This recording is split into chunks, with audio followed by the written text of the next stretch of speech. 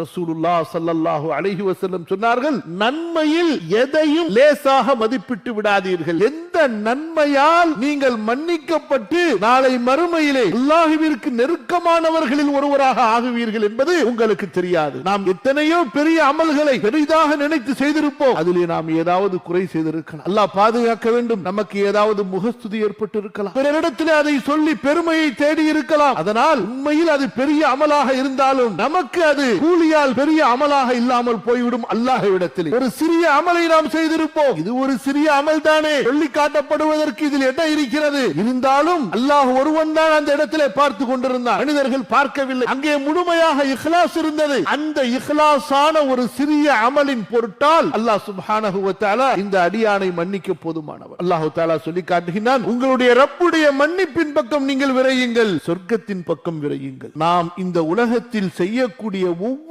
அமலும் நம்முடைய சொர்க்கத்திற்கான விலை. இதன் மூலமாக நான் சொர்க்கத்தில் அனுமதிக்கப்படுகிறேன், அல்லாஹ் என்னை இதன் மூலமாக சொர்க்கத்தில் நுழைப்பான். பாவம் என்பது நரகம், அல்லாஹ்விற்கு மாறு செய்த என்பது நரகம், அல்லாஹ்விற்கும் அவனுடைய தூதருக்கும் கீழ்ப்படிதல் என்பது சொர்க்கம். அதை புரிந்து கொள்ள வேண்டும்.